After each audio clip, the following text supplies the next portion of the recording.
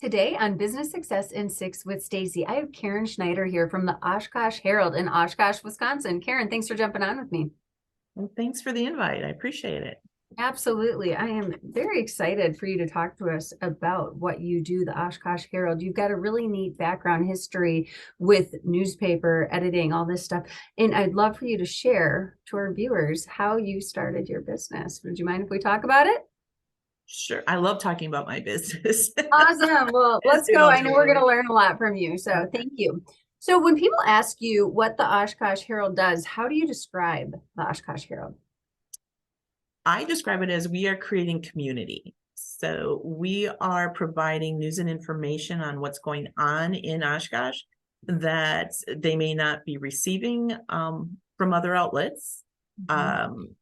And we're reaching almost everyone because we're a advertising supported newspaper, and we bulk mail to about a little over 31,000 households. Wow. So it's what they used to call a TM, kind of what they'd call a TMC, a total market coverage, but we're not a shopper. We are a newspaper. Okay. Our content levels are over 35%. So so the ads support it, and our readers are fantastic at supporting the advertisers that are in the Herald because they know that's why they're receiving it. So I look at us as we're a community connector. We're giving them that news and information. And that's why we began the Herald, is because, you hear news all the time about a news desert. And what happens in news deserts, if you don't know what's going on, there's corruption, your taxes are going to go up because no one's watching the fox in the hen house. Sure. The other side of it is no one's telling you what your kids are doing or what the school district is doing. So by being able to bring all of that in one place, and it also offering a space for businesses and organizations to send in their press releases and things so that we can share that. That's very important. That creates that community. And it kind of launched from a job that I had between my time with Gannett and when we launched the Herald, because I was a project manager for a nonprofit called Hub, which was a collaboration of nonprofits helping to make people become self-sufficient. And that's a whole nother, conversation, talking about the benefits cliff and everything like that. But I would talk with these nonprofits and they would have these great programs, but enrollment would be low, or, or people didn't know about them. I'm like, well, how do they know about it? Well, it's on our website. Well, how do I know what I am supposed to know if no one is telling me I'm supposed to know this, right? And so if I don't know that the health department has, program A, why would I go to their website to look for program A? And typically if you're doing a search, it's not going to come up either. Well, and if we think about even social media, some people are like, oh, I get all the news I need from social media. That's all based on algorithms, so if you're not liking the right thing, you're not going to see that really great award that somebody earned, or something that really would help the community at large from a social responsibility point of view if there's something that's being offered at the health department. So I think you bring up a fabulous point that most people don't even realize. No, you can't just get your news from social media. It's almost toxic. Whereas what you're doing, creating this community, showing local businesses what they can do for you, what you can do for them, and then all of the other great things too. That's so awesome. I love that you brought that up. So, Karen, you started this in 2018, but you have a longer history with the news that you shared a little bit. What were your plans when you started your business? Or do you want to start a little bit earlier and tell us how it morphed into this? I'll start a little earlier and I'll date myself here, but Cool. I've worked in newspapers since 1986. I followed a boy out to Phoenix. I was 21 years old, had not finished college, I didn't have an education when I went out there. But fortunately, out in Phoenix, it's booming, right? And you had so many opportunities. And just coming from the Midwest, you could get a job just because of the perception of Midwest work ethic. So I actually started at the Arizona Republic in '86 in the accounts receivable department. Okay. I had no accounting background, but I knew how to learn, right? So I started in 86 and I worked myself into several different positions within the Arizona Republic, which wasn't Gannett at the time. It was Phoenix Newspapers, but I worked in classified and inside and outside sales and display advertising, key accounts, worked my way into management. And when I left the Arizona Republic, I was actually a branch manager for their largest branch out in Scottsdale. But the really cool thing was I was recruited to work at Arizona State University in their media department as well by a former Arizona Republic editor. Now, remember, I said I don't have a bachelor's, and here I am going to work for a university. The position needed a master's, but they went and had to get an exception to hire me because I didn't have that qualification, which the university president approved. So, and that was a lot of fun. You get in there and, you know, I have all this experience from working in a multi-million-dollar corporation, and there's politics involved. Then you go to a university and there's bureaucracy involved, right? So you're learning and your skill set is growing, and how do you communicate and how do you collaborate and how do you get things done? And as the ad director for the university, I attended a convention, which is for college newspapers. And all of these advisors were there with their ad directors and their salespeople and stuff, who were all students. They weren't professionals like I was. They were students. So I came back to the ASU and I said, you need to change how this is. So we worked up a plan, and I left, and because it made no sense, right? That's what the education system is for, is to give them that knowledge, that experience. So, you know, I felt like I was stealing that away from someone. But I left there and I went to work for a weekly, which at the time was called West Valley View. And if you've been out in Arizona, it covered the West Valley, which was growing by leaps and bounds. It covered Tolleson and Goodyear and Avondale and Buckeye. And the really cool thing about there is that if something happened outside of their boundaries, it did not get covered. You know, because there's all these other publications that would cover that news, right? So it had to incur within those boundaries. And it was a advertising supported newspaper, home delivered to 75,000 households, and continued to grow as the area grew. So, you know, that was a great experience. It was also my very first commission only job. So, you know, I was a single mom of 2 kids. So it's like, people are like, what are you doing? Are you crazy? But it's, you know, my favorite saying is, you fail if you're too afraid to fail. So you jump in and you give it that go ahead, right? And, you know, again, if commission only, if I couldn't do it, I'd go and find a job that would pay me, right? But I made the most money I ever did working at, you know, I made more money than I did working for the Arizona Republic, even in top management roles. So this is like, hey, this is kind of sweet. You know, you get what you give, which led me to jump into opening an insurance agency without knowing anything about insurance at all, and growing that. And that created a whole different set of skill sets, right? Because you are your own business owner. So not only is it commission only, but now you also have to pay all those expenses out of that commission. And how do you grow this business in a very, very competitive environment? There were, I want to say, in a 5-mile radius, there were over 250 insurance agencies. Okay. So yeah, it was very, very competitive. So what sets you apart? You know, having advertising and marketing background helped there. But it, you know, it also creates these opportunities to, you know, to succeed, to fail. You know, what works doesn't work, because every penny needs to be accounted for. So that was great. And so here's this, you know, this young girl from Arizona moving out there, and you're able to climb the ladder, so to speak, but you gain all this different insight. And then I decided I was moving back to Wisconsin. Okay. And one thing I will say, there's a difference in how employers look at prospects in Wisconsin versus in Arizona.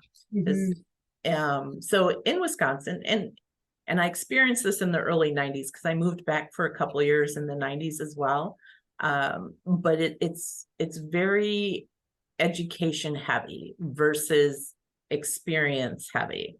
So moving back here, I did start back at Gannett, but well, by then Arizona Republic was Gannett. So I started here. I was the general manager and ad director for 2 markets in Wisconsin, and that job was eliminated after 2 years. And then I didn't have a job, right? Wow.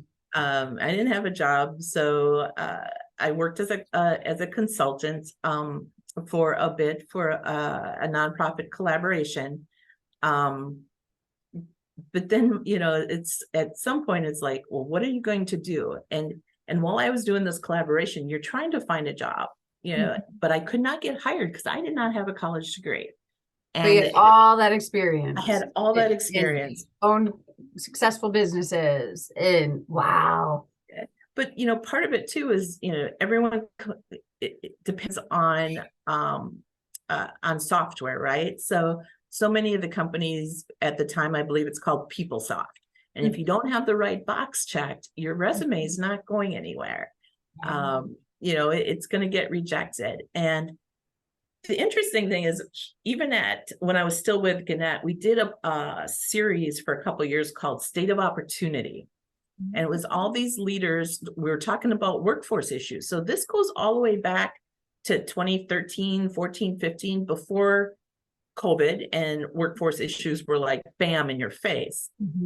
Gannett did a series on workplace issues where HR departments and leaders were talking about how they're looking for the soft skills. They're not so much looking at that, you don't need a college degree. You could go to tech school. You could have just the experience, and how they were looking for that. I'm not sure if the top people who said this is what we're looking for ever went down to where the people who were letting you in the gate and knew about it. Sure. But so you would run into that. And even today, I have friends who are looking for different opportunities, and they run into a lot of the same things. So part of it is, you have these upper level positions you're trying to find people for, but if you don't take off that requirement, you're probably passing up on some really, really good folks. So that is how I ended up going, what am I going to be when I grow up? and my husband asked me, well, what's your dream job? And I said, we really need a local newspaper. We need someone to be out there covering, what is happening at the Common Council. What are businesses doing? What about who's winning the football game on Friday night? These things that as mainstream, the daily newspapers, as they became more assets for the word I'm looking for, these investors, and they were looking at the bottom line versus what they were actually providing to the community. And so, they would combine and they would centralize things. And the newsrooms that I managed at, Oshkosh and Fond du Lac went from having 12 people to maybe 1.5, so you were getting news from a regional aspect, and the dailies, if you look at them, they're more of a regional product now versus local. And we took the West Valley View's premise that in order to be in our pages on our content, it has to be connected to the geographic boundaries of the Oshkosh Area School District. So if we don't cover the Green Bay Packers, we don't cover Milwaukee Brewers, we don't cover, the high schools that are 6 miles away from us. We cover the high schools that are in our school district. And by being able to concentrate so locally, we make an impact that people know what's going on. You know, and we also chose to go direct mail, because again, there's workforce issues. So having carriers deliver your product, if you have turnover, so forth, you know, that was one nightmare I didn't want to have to deal with, Yeah. based on my experience of, you know, getting phone calls at 1 o'clock in the morning because someone had my cell phone number, and you know, the paper person threw the paper up and hit their door, and their dog woke up, and now they're all barking and stuff. Oh my And so, gosh. like, I don't want that. And so we have a great partnership with the Postal Service, you know, and they deliver our newspapers out every Wednesday. And you know, our issues, our calls that we get from people are like 0.0001. Wow. So yes, Awesome. we do get calls, but nothing like we would if we were carrier based. Wow. So it Yeah. was a great investment there. So we already kind of covered what is the biggest way you impact the community, because the whole purpose of this business, Oshkosh Herald, is for the community, to educate the community, to inform them, to highlight them. That's absolutely incredible. I'd love to learn about one challenge that you faced in the past 5 or so years since opening Oshkosh Herald. Have you had any challenges? Said, ask no business person ever right now. You know, I would say there's a few things. So one of our largest challenges, of course, was when we started, because we're advertising supported, right? So we, and like any business, it takes a while to grow that. And we were probably 4 months old. Well, excuse me, we were 4 years old before we actually broke even. So growing that support, you know, it's not as easy as they say, if you build it, they will come, because we heard several times, you know, in conversations before we launched, oh yeah, I'll advertise. That's a great idea. And then it was, well, we want to see if you make it, you know? So it's like, well, we kind of need you to make it, and so forth. So, but the really cool thing there is that eventually you can talk to our advertisers who are supporting this product, about how advertising in the Herald has helped grow their business. And that is the very coolest thing. Not only hearing from people we've covered content wise, but from the local businesses, that we're offering a cost-effective product for them to reach their community.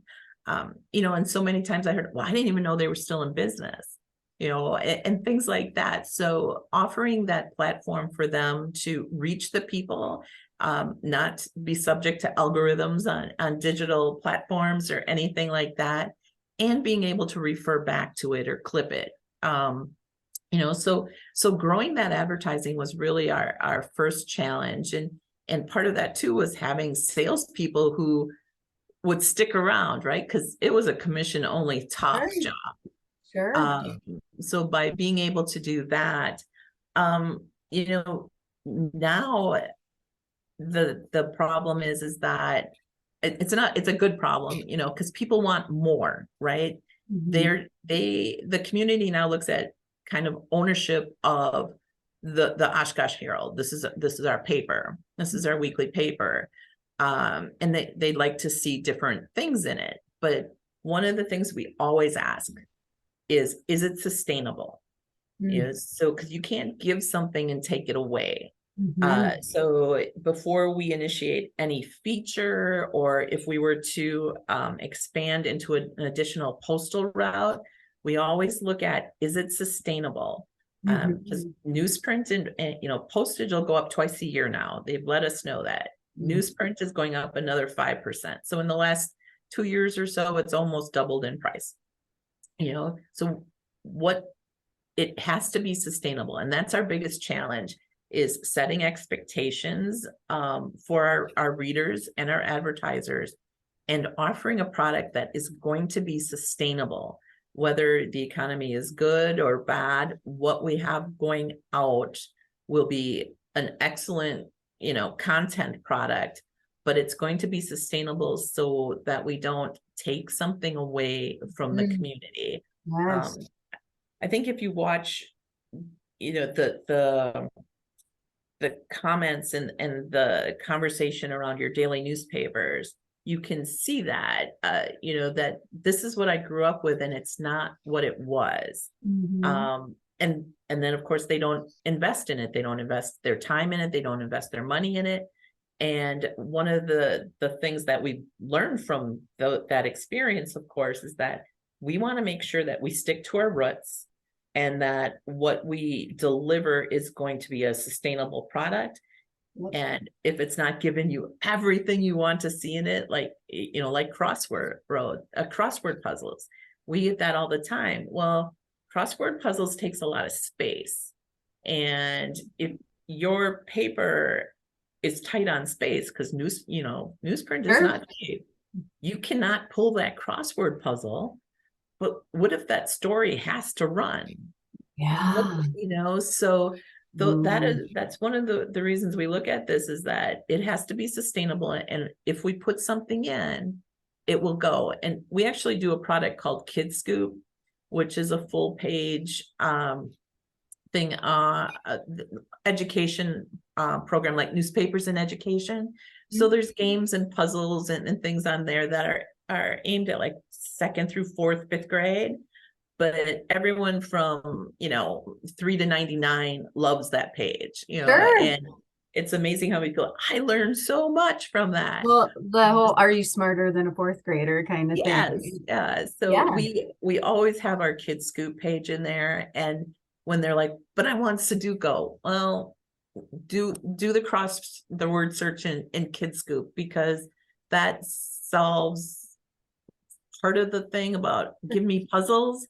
But it provides this educational piece to engage and bring our future readers and consumers into the newspaper, where they want to gather that information about what's going on in their community as well. Very smart business moves, making sure it's sustainable, making sure you're planting the seeds for your future viewers, your future readers, your whatever business you're in. So my next question for you is, what does the future look like to you? And do you have an exit plan? Exit plan. I love that when I read that on your sheet. So I figure I have at least 8 years before my husband will even start to think about retiring. So, I have a ways to go for that. But our future plans, we rolled out a second newspaper last year called the Neenah News. And we learned a lot of lessons from the launch of the Oshkosh Herald. So the Neenah News is a different model. Right now it's a subscription-based model, so that we didn't have the deep pockets to go in and invest the same way we did with the Herald. But the news content that goes in there it's so good, and it's so focused on that community. So our one is our continuing to grow the Oshkosh Herald, but also to grow the Neenah News. And over the years, we've gotten requests from several communities, when will the Herald come here? Will you come here?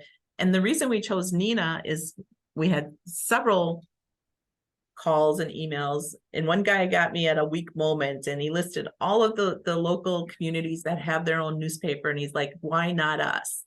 And Neenah made sense because we're in the same county. So, if we're covering the county news, we can use that content in both markets. They're like, but Menasha is right there, but Menasha is in a different county. Actually, there are 3 counties, and it's a different school district, and it's different city government. So when you're looking at your resources, you do a good job covering one community with the resources that you have, or do you dilute it, which is the battle cry about regional news for the dailies, to cover 2. we want to do a really good job for the ones that we do cover. So we cover the Neenah Joint School District for the second product. So being able to grow those and being able to be an option, a delivery option for businesses that are seeing changes in the dailies, being able to deliver those inserts to the market that are no longer being delivered in a daily paper and so forth. So looking for those revenue sources that are going to be able to help us, one, be sustainable, but two, possibly grow our reach. Because there is about 8% of the Oshkosh area school district that we do not mail directly to yet. Oh, interesting. Because that there again, you have to be sustainable. Yep. Interesting. Well, that's great to hear about the Neenah news too. I know Neenah is big in the arts and community, and it's got a great downtown. So I'm sure there's lots of stuff to talk and about as well. So and they're both online that you can check out, because it's OshkoshHerald.com and NeenahNewsNow.com. Now, awesome. Thank you so much. So Karen, my final question for you, all subjects open, what inspires you most? What inspires me most is watching the people who do things in their community, who are doing them just because they care and not because of the paycheck or accolades that might come with it. I have there's a few people in Oshkosh that come to mind, like Jennifer Skolaski, who's the facilitator for the Overdose Fatality Review Board. The two teachers at Oshkosh North who run their Oshkosh Communities program, which is it's a 4-year program where the students do projects out in the community and so forth. And just this semester, they've fundraised money for a veterans courtyard. They've built and installed these cylinders for fishing line to be disposed in so that the wildlife doesn't get them. They've done teen nights to give teens a place to go and hang out without having to be pressured into using substances or anything. They've done some hard panels on substance talks. So what inspires me is watching these people do what they consider normal every day, but it's extraordinary. Totally. Oh my gosh, that gives me total goosebumps. And thank you for highlighting those people that do that, because I know we can get so bogged down with all the negative, and just showing what the community does great is so important. So you're a big part of that. So thank you so much. Very inspiring. So Karen, if somebody wants to learn more about Oshkosh Herald, Neenah News Now, I know you already said there's something online. What's the best way for them to connect? Through the websites, there's submit forms, but you can always email me at Karen@OshkoshHerald.com or give us a call. We're at 920-508-9000. And especially if you're listening to this and going, I have always thought about starting a local newspaper, call me. It doesn't take rocket science, and I would be happy to help you fill that void in your community. Oh my gosh, so inspiring. Thank you so much. Good luck. Continue to grow and share great things. Thank you, Karen. Thank you for your time, Stacie. I appreciate it.